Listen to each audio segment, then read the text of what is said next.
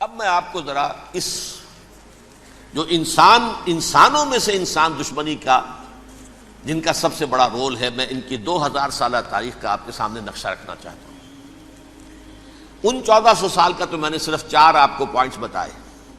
موسیٰ سے عیسیٰ تک 1400 برس علیہ الصلوۃ والسلام، 2 مرتبہ عروج، 2 مرتبہ زوال، اشیریوں کے ہاتھوں پٹوائی، بابلیوں کے ہاتھوں پٹانا، گریکس کے ہاتھوں مرمت، رومنس کے ہاتھوں مرمت۔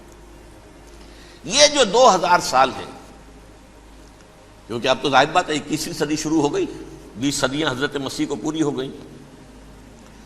پہلی بات نوٹ کیجئے، حضرت مسیح کی پیدائش ہے سن 1 قبل مسیح۔ یہ نقطہ آپ نے کبھی سنا ہے یا نہیں؟ جب ملینیم کا سلسلہ شروع ہوا تھا پچھلے سال، تو میں نے بیان کر دیا تھا کہ ایک عجیب حساب کے اندر انہوں نے غلطی کی ہوئی ہے۔ حضرت مسیح کی پیدائش ہوئی 25 دسمبر کو، سن انہوں نے شروع کر دیا، اس کے بعد جنوری آئی تو پہلا سال شروع ہو گیا۔ اگر جنوری سے پہلا سال شروع ہوا تو یہ 6 دن جو ہے تو اس کے پچھلے سال میں تھے، لہذا کہا جائے گا کہ Jesus Christ was born 1 year before Christ, BC۔ تو 1 قبل مسیح میں حضرت مسیح کی پیدائش ہوئی۔ یہ آخری اسرائیلی نبی اور رسول۔ یہودی علماء کی مخالفت، دشمنی، سولی پر چڑھوا دینا میں بیان کر چکا ہوں۔ سن 33 عیسوی میں، جبکہ حضرت مسیح کی عمر 33 برس تھی، اللہ تعالیٰ نے انہیں زندہ آسمان پر اٹھا لیا، لیکن یہودیوں نے اپنے خیال کے مطابق انہیں سولی پر چڑھوا دیا، ان کی موت واقع ہو گئی۔ اگرچہ اس کے بعد یہ اختلاف ہے ان میں، یہودی کہتے ہیں وہ سولی پر چڑھ گیا، ختم ہوا، مر گیا۔ عیسائی کہتے ہیں نہیں، انتقال ہوا ہے مسیح کا صلیب پر، لیکن پھر وہ دوبارہ زندہ ہو گئے ہیں۔ ان کی لاش ایک غار میں رکھ دی گئی تھی، وہاں ریزریکشن ہو گیا، ان کا باعث بعد الموت وہیں ہو گیا، اور پھر انہیں اللہ نے زندہ آسمان پر اٹھا لیا۔ تو ہمارے اور عیسائیوں کے درمیان نوٹ کر لیجئے، یہ چیز مشترک ہے کہ حضرت مسیح آسمان پر زندہ اٹھائے گئے۔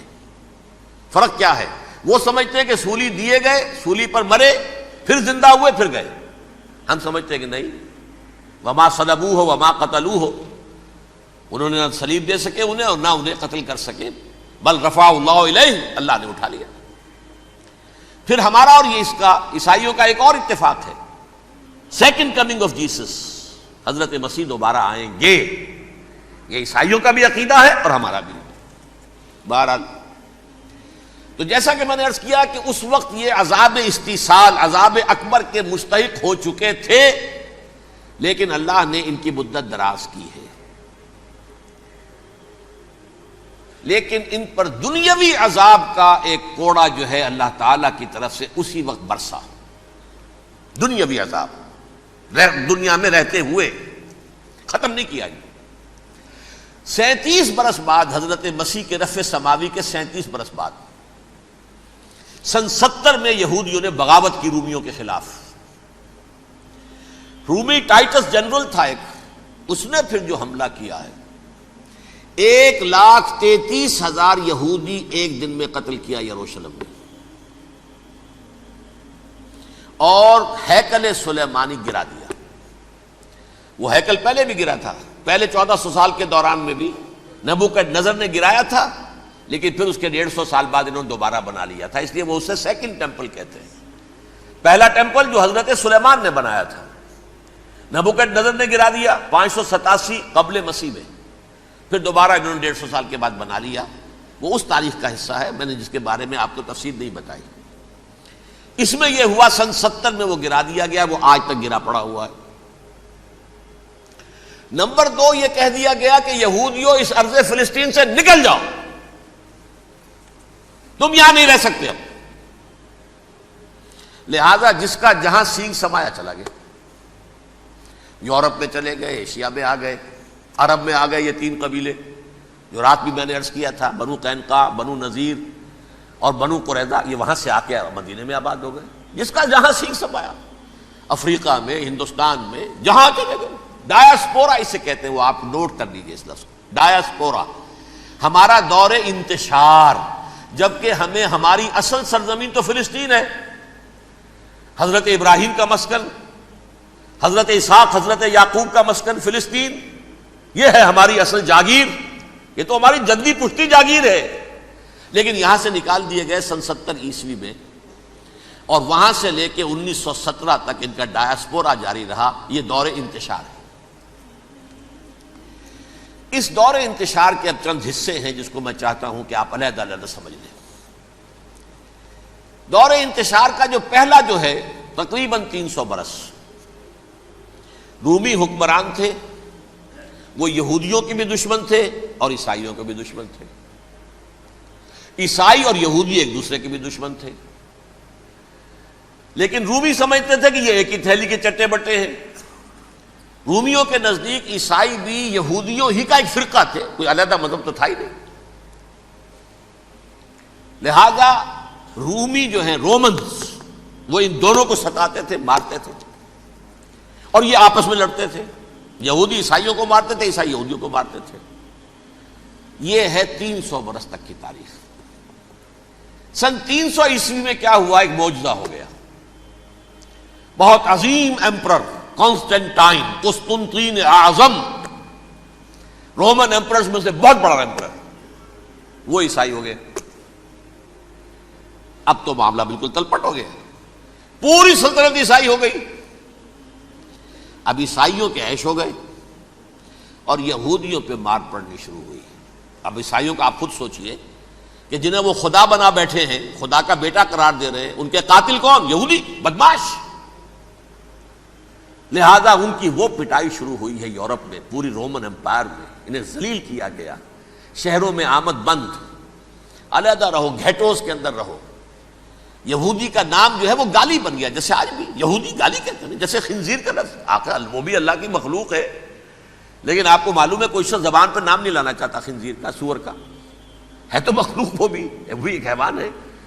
ایسے ہی یہ ہے یہودی، یہودی گالی، جیوٹ گالی۔ لہذا ایک طرف تو ان دونوں کے درمیان دشمنی، جس کو قرآن کہتا ہے وَأَغْرَيْنَا بَيْنَهُمُ الْعَدَاوَةَ وَالْبَغْضَاءَ، ہم نے ان کے مابین دشمنی جو ہے پیدا کر دی۔ اور جب یہ پوری سلطنت عیسائی ہو گئی تو قافیہ تنگ ہو گیا یہودیوں کا۔ اب آئیے 571 عیسوی، یعنی جب کہ ڈایاسپورا کو کتنا عرصہ ہو چکا تھا؟ 500 برس۔ سن 70 سے شروع ہوا ڈایاسپورا، جب ٹائٹس نے گرایا ہے ہیکل کو اور نکال باہر کیا انہیں فلسطین سے، بھاگ جاؤ، یہاں ایک یہودی بھی نہیں رہے گا، فلسطین سے نکال دیے گئے۔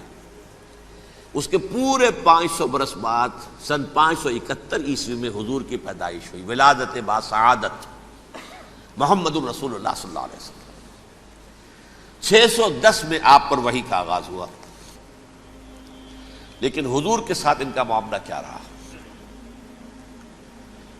اول تو جب کہ حضور ابھی مکے ہی میں تھے، یہودیوں نے ریشہ دوانیاں شروع کر دی حضور کے خلاف۔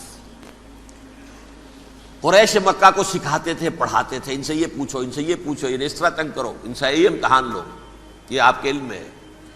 سورہ بنی اسرائیل میں، سورہ کہف میں وہ سوالات جو امتحانی سوالات آئے تھے، ذوالقرنین کون تھا، اصحاب کہف کون تھے، تم رسول بنے پھرتے ہو تو بتاؤ، اور یہ روح کی حقیقت کیا بتاؤ، یہ ساری ریشہ دوانیاں کر رہے تھے بیٹھے ہوئے، ابھی وہیں پر حضور ابھی پہنچے بھی نہیں۔ ہجرت فرما کر حضور تشریف لے آئے تو حضور نے، جسے ماسٹر سٹروک کہا جائے گا، یعنی اسٹیٹس مین شپ کا ماسٹر سٹروک، آپ نے مدینے میں آتے یہودیوں کے ساتھ پیکٹ کر دیا، جوائنٹ ڈیفنس پیکٹ آف مدینہ، کہ اگر مکے والے ہم پر حملہ کریں گے تو ہم مل جل کر ایک قوم کی حیثیت سے مقابلہ کریں گے۔ یہ میثاق مدینہ کہلاتا ہے، جس کے بہت غلط معنی پہنائے جا رہے ہیں آج کل۔ بہرحال میں موضوع میرا چونکہ یہ نہیں، میں ادھر نہیں جاؤں گا، لیکن ہوا کیا؟ ہر مرتبہ یہ خیانت کے مرتکب ہوئے، ان نے جو عہد کیے تھے ان سے پھرے، اندر ہی اندر سازش، ریشہ دوانی، حضور کی بدترین دشمنی۔ سورہ نساء کی آیت نمبر 12 میں 14 میں 13 میں فرمایا ہے لا تزال تطلع علی خائنۃ منہم، اے نبی ہمیشہ آپ کے علم میں ان کی طرف سے خیانتیں، بددیانتیاں آتی رہیں گی. اور بار بار وہ مسلسل جنگ کی آگ بھڑکاتے تھے. قریش کو دعوت دیتے، آؤ آؤ آؤ ہم اندر سے بغاوت کر دیں گے، تم آؤ تو صحیح، ختم کریں محمد کو اور اہل ایمان کو صلی اللہ علیہ وسلم ورضی اللہ تعالی عنہم اجمعین. لیکن پھر جب وہ آتے تھے تو یہ دبک جاتے تھے، ان میں ہمت نہیں تھی، میدان کے مرد نہیں رہے تھے. یہ سورہ حشر میں ان کا نقشہ کھینچا گیا ہے. کھلے میدان میں مقابلے کی اس کے اندر صلاحیت ہی نہیں ہے. یہ تو فصیلوں کے پیچھے سے، جیسے عورتیں کہیں دیہات میں لڑائی ہوتی ہے تو مرد جو ہے گلیوں میں لڑتے ہیں، عورتیں اوپر سے پتھر پھینکتی ہیں، بس وہ کام یہ کر سکتے تھے. من ورائے جدر، فصیلوں کے پیچھے سے، جنگ میں میدان میں نہیں آ سکتے. بہرحال قرآن مجید میں ہے یہ سورہ مائدہ کی آیت نمبر 64، کلما اوقدوا نارا للحرب اطفاها اللہ. اکثر و بیشتر مواقع پر تو یہ جب آگ بھڑکاتے تھے جنگ کی، اللہ اسے بجھا دیتا تھا. لیکن بہرحال اس کے باوجود جنگیں ہوئی، غزوہ بدر، غزوہ احد ہوئی کہ نہیں؟ یہ ساری اصل شرارت ہوئی. اور اس کے نتیجے میں حضور نے پھر ایک ایک کر کے 3 قبیلوں کو سزا دی. غزوہ بدر کے فوراً بعد بنو قینقاع نکالے گئے مدینے سے، غزوہ احد کے فوراً بعد بنو نذیر نکالے گئے، اور غزوہ احزاب کے بعد بنو قریظہ نکال دیے گئے. یہ تو میں نے آپ کے سامنے رکھ دیا صرف حضور کے زمانے میں ان کا کیا رویہ رہا. دشمن، رات بھی ہم نے وہ آیت پڑھی تھی، لَتَجِدَنَّ أَشَدَّ النَّاسِ عَدَاوَةً لِلَّذِينَ آمَنُوا الْيَهُودُ وَالَّذِينَ أَشْرَكُوا. اہل ایمان کی دشمنی میں شدید ترین تم پاؤ گے یہودیوں کو اور مشرکین. مشرکین بھی بعد میں ہے، پہلے یہودی. حضور کے بعد کیا ہوا اب یہ نوٹ کیجئے، یہ ان کی تاریخ کا دوسرا دور. حضرت عمر رضی اللہ تعالیٰ عنہ کا عہد خلافت ہے. بیت المقدس کا محاصرہ کیا گیا، فصیل بڑی اونچی، شہر اندر سے سیلف سفیشینٹ، حملے کا راستہ کوئی نہیں. محاصرہ طول کھینچ رہا ہے لیکن ان کے پاس رسد بھی موجود ہے، پانی بھی موجود ہے، وہ دروازے بند کر کے بیٹھے ہوئے ہیں. بالآخر اللہ تعالیٰ کی مشیت کا ظہور کیسے ہوا؟ ان کے کچھ علماء آئے فصیل پر، کہا دیکھو مسلمانوں، تم قیامت تک بھی یہاں پڑے رہو گے محاصرہ کر کے، ہمارا یہ شہر فتح نہیں ہوگا. ہاں ایک درویش بادشاہ کے ہاتھوں یہ شہر فتح ہونا ہے، لیکن تمہارے اندر ہمیں وہ نظر نہیں آ رہا. ابو عبیدہ بن الجراح رضی اللہ تعالی عنہ، امین هذه الامہ، ان کا فوراً ذہن گیا وہ درویش بادشاہ مدینے میں بیٹھا ہوا ہے عمر رضی اللہ تعالی. اب ایک اور عمر بھی ہے جو قندھار میں بیٹھا ہے. نقشہ وہی ہے، سادگی کی حد تک نقشہ وہی، بالکل وہی، اپنی آنکھوں سے دیکھا ہے وہی سادگی. عمر اول، عمر ثانی تھے عمر بن عبد العزیز. اب ایک اللہ کے فضل سے اللہ تعالیٰ ایدہ اللہ بنصرتہ، اللہ تعالیٰ ان کی نصرت فرمائے، دشمنوں کو ان کے مقابلے میں نیست و نابود کرے. انہوں نے ریکویسٹ بھیج دی کہ حضور تشریف لائیے، یہ شہر فتح ہو جائے گا. وہ ہے سفر تاریخی، اتنا طویل سفر، تقریباً 700 میل، ایک اونٹ، ایک خادم، ایک منزل پہ امیر المومنین اوپر بیٹھے، خادم آگے چل رہا ہے، اگلی منزل پہ خادم اوپر بیٹھا ہے، امیر المومنین آگے جا رہے ہیں. اور جب پہنچے ہیں تو وہ باری تھی خادم کی. انہوں نے ہاتھ جوڑ دیا، حضور خدا کے لیے تم کیا کہیں گے لوگ، وہ میرا برا حال کر دیں گے، تمہیں شرم نہیں آئی؟ امیر المومنین پیدل آگے چل رہے ہیں نکیل پکڑ کر، اور تم بیٹھے ہو اوپر براجمان ہو. حضرت عمر فرمایا الدور دورک، نہیں باری تمہاری ہے، بیٹھ. اس حال میں پہنچے ہیں. اور پھر یہ کہ ابو عبیدہ بن الجراح آئے ہیں، استقبال کیا ہے تو دیکھا ہے اس حال میں چلے آ رہے ہیں. عمر نکیل پکڑے ہوئے چلے آ رہے ہیں، اور کہتے ہیں کہ کہیں کیچڑ ویچڑ تھا، جوتے خراب ہو گئے تھے، وہ بھی اتار کے ہاتھ میں پکڑے ہوئے، کپڑے تو تھے ہی پھٹے ہوئے. انہوں نے کہا بھی حضرت ابو عبیدہ نے، دیکھیے یہ بڑا متمدن ملک ہے، بڑا مہذب علاقہ ہے یہ، آپ ذرا حلیہ اپنا دوست فرما لیں تب جا کے پیش ہم آپ کو کریں گے. آپ نے فرمایا نحن قوم اعزنا اللہ بالاسلام، ہم وہ قوم ہیں جنہیں اللہ نے عزت دی ہے اسلام کے ذریعے سے. کپڑوں کے ذریعے سے نہیں، دولت کے ذریعے سے نہیں۔ اسی حال میں گئے ہیں، اوپر سے انہوں نے کھڑے ہو کر نشانیاں دیکھی ہیں، اپنی کتابیں کھولی، ہاں یہ وہی ہے، اچھا لو جی سرنڈر، شہر تمہارے ہاتھ میں۔ خون کا ایک قطرہ نہیں بہا اور بیت المقدس فتح ہو گیا۔ لیکن اس وقت حضرت عمر نے ایک نرمی یہ کی کہ یہودیوں کے لیے بھی اسے اوپن سٹی قرار دے دیا۔ یہ احسان عظیم حضرت عمر کا، اس سے پہلے یہودی آ ہی نہیں سکتا تھا، داخل ہی نہیں ہو سکتا تھا، وہاں وہ آ کر وزٹ نہیں کر سکتا تھا، زیارت نہیں کر سکتا تھا اپنے مقدس مقامات کی۔ حضرت عمر نے یوں سمجھیے کہ تقریباً 550 برس کے بعد ان کے لیے راستہ کھولا ہے کہ ہاں تم آ سکتے ہو، زیارت کر سکتے ہو۔ لیکن یہ عیسائیوں نے لکھوایا معاہدے کے اندر، انہیں یہاں آپ آباد ہونے کی اجازت نہیں دیں گے، لیکن کم وزٹ دی پلیسز، دیکھیں زیارتیں کریں اور جائیں۔ یہ معاہدہ حضرت عمر کا ہے رضی اللہ تعالیٰ، جو پھر خلافت راشدہ کے بعد بنو امیہ نے بھی اس کو آرڈر کیا، بنو عباس نے کیا، پھر جو ہمارے یہ ترکوں میں اندر خلافت آئی تو ترک خلفاء نے بھی اس معاہدے کی پوری پابندی کی۔ فلسطین میں آ سکتے ہیں یہودی صرف زائرین کی حیثیت سے، وہاں آباد نہیں ہو سکتے۔ اب آئیے اگلا دور آیا حضرت عثمان کا دور خلافت۔ یہ ہے وہ وقت کہ اب یہود نے امت مسلمہ کی پیٹھ میں چھرا گھونپا۔ وہ کیسے؟ ایک یہودی عبداللہ ابن سبا اسلام کا لبادہ اوڑھ کر آ گیا، معاشرے کا جائزہ لے لیا، ان میں بنو ہاشم اور بنو امیہ میں جو پرانی کشاکش تھی اس کے کچھ نہ کچھ جراثیم باقی ہیں، اگر ان کو ذرا بھڑکا دے تو مسلمانوں میں انتشار پیدا ہو جائے۔ کہا یہ عثمان کون ہے؟ یہ تو بنو امیہ میں سے ہے، یہ حق تو بنو ہاشم کا ہے، خلافت ان کے پاس ہونی چاہیے، محمد کے تو رشتہ دار وہ ہے صلی اللہ علیہ وسلم۔ عوام الناس کے اندر بات پھیلنی شروع ہوئی، پھر ایک بڑی سازش کے انداز میں حضرت عثمان کے خلاف پروپیگنڈا، حضرت عثمان کے جو عاملین تھے، گورنر تھے، ان کے خلاف پروپیگنڈا، اور ایسی ہوشیاری کرتے تھے کہ کوفے میں کوفے کے حاکم کے خلاف کچھ نہیں کہنا، اجی مصر میں یہ ہو رہا ہے، اجی شام میں یہ ہو رہا ہے، اجی یہ جو عثمان ہے وہ یہ کر رہا ہے، یہ ظلم ہو رہا ہے، یہ لوٹ مار ہو رہی ہے، یہ خیانتیں ہو رہی ہیں۔ اب نہ تو اس زمانے میں مینز آف کمیونیکیشن، کیسے تصدیق کریں؟ افواہیں تو آپ آج کراچی کے اندر شروع ہو جائے تو پتہ نہیں چل سکتا کسی کو کہ کیا اس میں صداقت ہے کیا جھوٹ ہے، اور بری بات جو ہے فطرت انسانی کی کمزوری ہے وہ فوراً قبول کرتا ہے، کسی کے بارے میں اچھی بات ماننے کو تیار نہیں ہوتا لیکن بری بات تو فوراً تیار ہے۔ بہرحال یہ فتنہ انہوں نے اٹھایا، حضرت علی کی الوہیت کا فتنہ اٹھایا، حضرت عثمان کے خلاف الفتنۃ الکبریٰ برپا کیا، حضرت عثمان شہید ہوئے۔ اس کے بعد 5 برس تک مسلمان ایک دوسرے کی گردنیں کاٹتے رہے، باہمی خانہ جنگی ہوئی، امت کو وہ زخم لگایا ہے جو آج تک جس سے خون رس رہا ہے۔ یہ شیعان عثمان اور شیعان علی تھے جو بعد میں پھر سنی اور شیعہ ہو اور آج تک ہے۔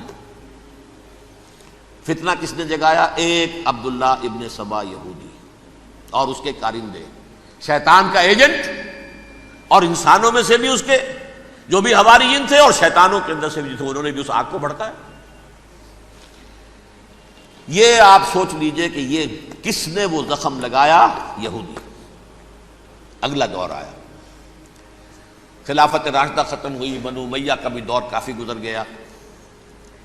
طارق ابن زیاد 712 عیسوی میں حملہ کرتے ہیں اسپین پر۔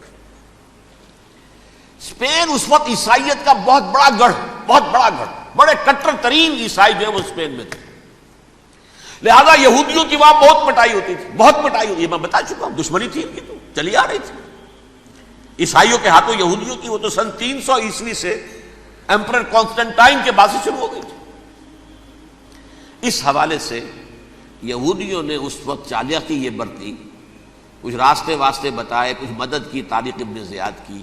طارق ابن زیاد نے انہیں اپنا محسن سمجھا، ہسپانیہ فتح ہو گیا تو یہودی چونکہ محسنین کی فہرست میں آ چکے تھے، انہیں بہت اقتدار نصیب ہوا، بڑی سپورٹ مسلمانوں نے دی۔ ان کے بڑے بڑے علماء جو ہیں اسی دور کے اندر پیدا ہوئے، بڑے بڑے تھنکرز ان کے اسی دور میں پیدا ہوئے۔ بن گوریون جو کہ ایک وزیر اعظم تھا اسرائیل کا، اس نے یہ لکھا ہے اپنی کتاب میں، Muslim Spain was the golden era of our diaspora. وہ ڈائسپورا جو 70 عیسوی سے شروع ہوا تھا اور 1917 عیسوی تک جاری رہا ہے، اس میں سے گولڈن ایرا ہمارا جو تھا وہ مسلم اسپین تھا. ہسپانیہ میں بیٹھ کر ہم نے عیش کیے. لیکن وہاں سے انہوں نے اور جو کچھ کیا، یہ تو داستان کے تو بہت سے گوشے ہیں، لیکن میں جس اسٹریٹ لائن میں چل رہا ہوں اس کے اعتبار سے ایک بات سمجھ لیجیے. وہاں بیٹھ کر انہوں نے اب عیسائیت کی پیٹھ میں چھرا گھونپا، پروٹیسٹنٹ مذہب پیدا کیا، تقسیم کر دیا. جیسے شیعہ سنی کی تقسیم، عبداللہ ابن سبا، رومن کیتھولک اور پروٹیسٹنٹ کی تقسیم، یہودی علماء. ہوتا کیا تھا؟ ہسپانیہ کی یونیورسٹیاں ہیں، کارڈووا میں ہے، ٹولیڈو میں ہے، گریناڈا میں ہے، غرناطہ، قرطبہ، تولیتلا، اور وہاں آتے تھے لوگ. فرانس سے چلے آ رہے ہیں نوجوان پڑھنے کے لیے، جرمنی سے چلے آ رہے ہیں، اٹلی سے چلے آ رہے ہیں. 3 ہی ملک قریب ترین پڑھتے ہیں سینٹرل جو یورپ کے ہیں. یہاں پر جو ہے وہ اسلام جو نور پھیلا رہا تھا اس سے بھی مستفیض ہوئے. جہالت کے جو ہے پردے ان کے وہ چھٹے. اس کے ساتھ ہی وہ یہودی وہاں ان کے اندر جو جراثیم داخل کر رہے تھے، وہ اس عیسائیت کے خلاف بغاوت، جو اس وقت دنیا میں عیسائیت اس وقت تھی. پوپ کا راج تھا دنیا میں اس وقت. یورپ میں جو عیسائیت تھی اس میں ایک طرف بادشاہ تھے، لیکن بادشاہوں کی حیثیت وہاں پر یوں سمجھ لیجئے کٹ پتلیوں کی تھی. اصل قوت پوپ کے ہاتھ میں تھی.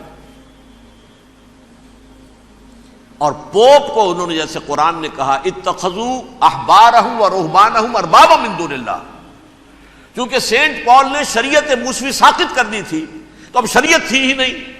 پوپ کو اختیار تھا جس چیز کو چاہے حلال قرار دے دے، جس چیز کو چاہے حرام قرار دے دے. اتخذوا احبارهم ورهبانهم اربابا من دون اللہ. انہوں نے کہا صاحب یہ پوپ کس بلا کا نام ہے، یہ بھی انسان ہے. بات تو ٹھیک تھی نا. اصل حیثیت تو کتاب کی ہونی چاہیے نا، ڈیوائن بک، دی ریویلڈ اسکرپچر. لہذا اور یہ کتاب ہر شخص پڑھ سکتا ہے. کوئی پوپ کے باپ کو جو ہے کوئی اس کے لیے پروپرائٹری رائٹس تو نہیں ہے کہ صرف پوپ پڑھ سکتا ہے یا پادری پڑھ سکتے ہیں. ہم بھی پڑھ سکتے ہیں، ہم بھی سمجھ سکتے ہیں.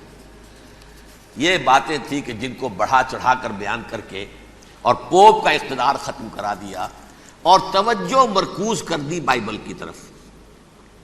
اب بائبل میں بڑا حصہ تو اولڈ ٹیسٹامنٹ کا ہے.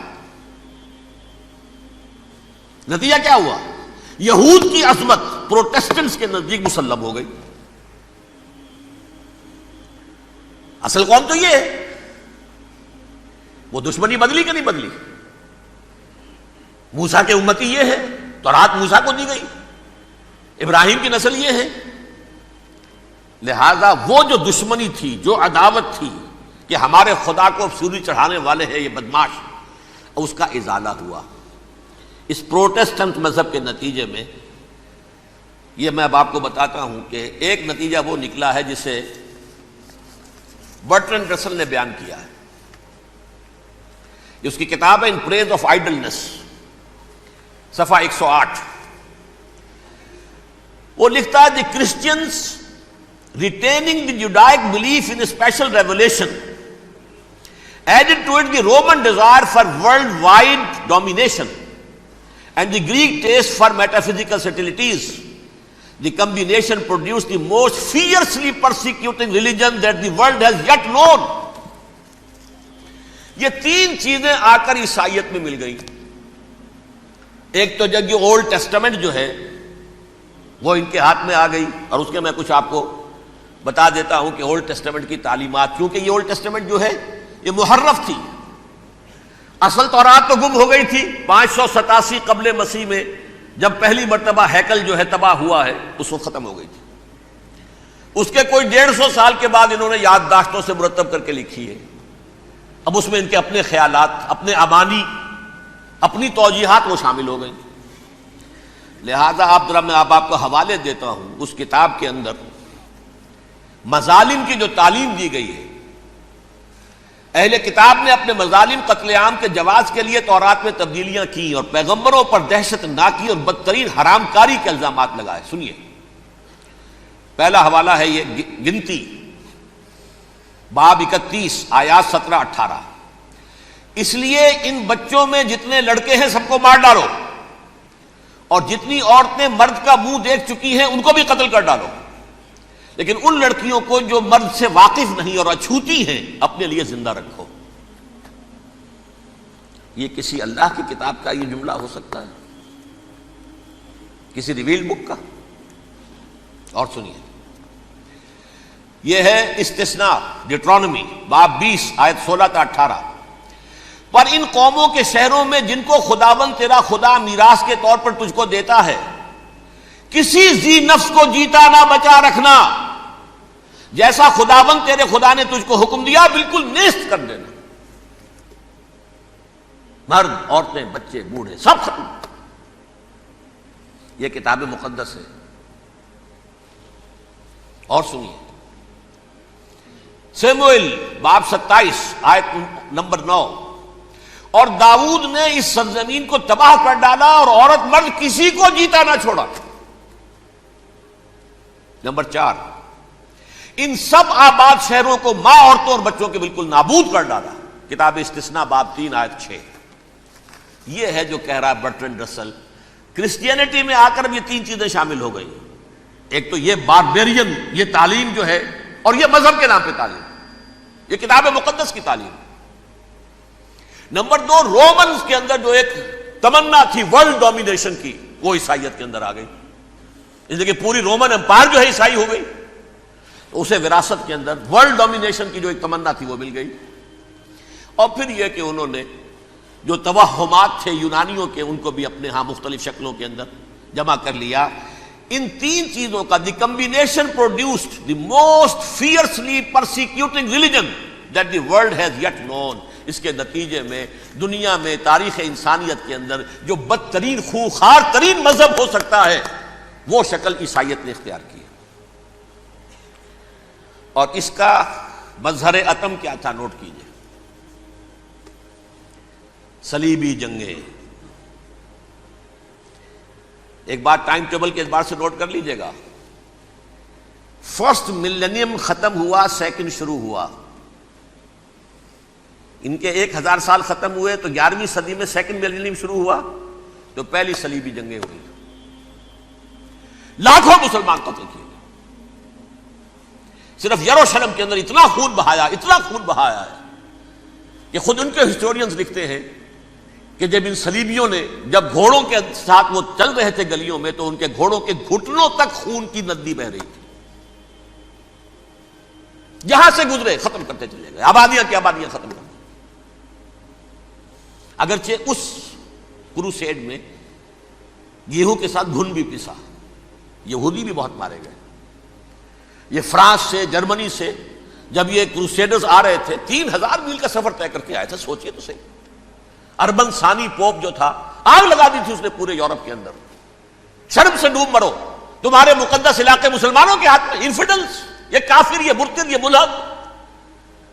مسیح جہاں پیدا ہوا، مسیح کو جہاں سولی دی گئی، وہ کہاں ہے؟ ان کے ہاتھ میں. وہ آگ لگائی ہے، 3000 میل کا فاصلہ طے کر کے یہ قومیں آئی ہیں وہاں، اور جو تباہی مچائی ہے انہوں نے. تاریخ انسانی میں ایسی بربریت کی کوئی مثال. اور یہ ان کے اپنے ہسٹورینز لکھتے ہیں. شرم کے مارے ایسے محسوس ہوتا ہے جیسے ان کی گردنیں جھکی جا رہی ہیں. لکھتے ہیں